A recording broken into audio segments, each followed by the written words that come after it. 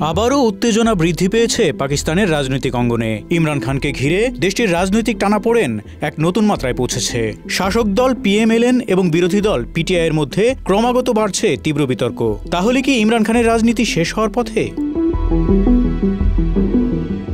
পাকিস্তানের সাবেক প্রধানমন্ত্রী ইমরান খান ও তার দল পাকিস্তান তেহরিক-ই-ইনসাফকে রাজনীতি থেকে নিষিদ্ধ করার প্রস্তাব পাশ করেছে পাঞ্জাব অ্যাসেম্বলি। প্রস্তাবে দাবি করা হয়, ইমরান খান রাষ্ট্রবিরোধী বক্তব্য দিয়ে দেশে বিশৃঙ্খলা তৈরি করছেন।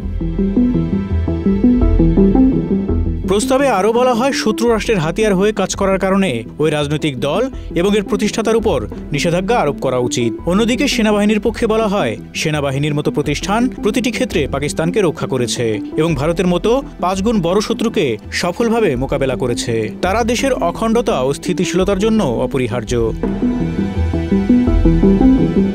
সম্প্রতি ইমরানকে পাকিস্তানের জাতীয় নিরাপত্তার জন্য হুমকি হিসেবে আখ্যা দেন দেশটির আন্তঃবাহিনী জনসংযোগ পরিদপ্তরের মহাপরিচালক আহমেদ শরীফ চৌধুরী।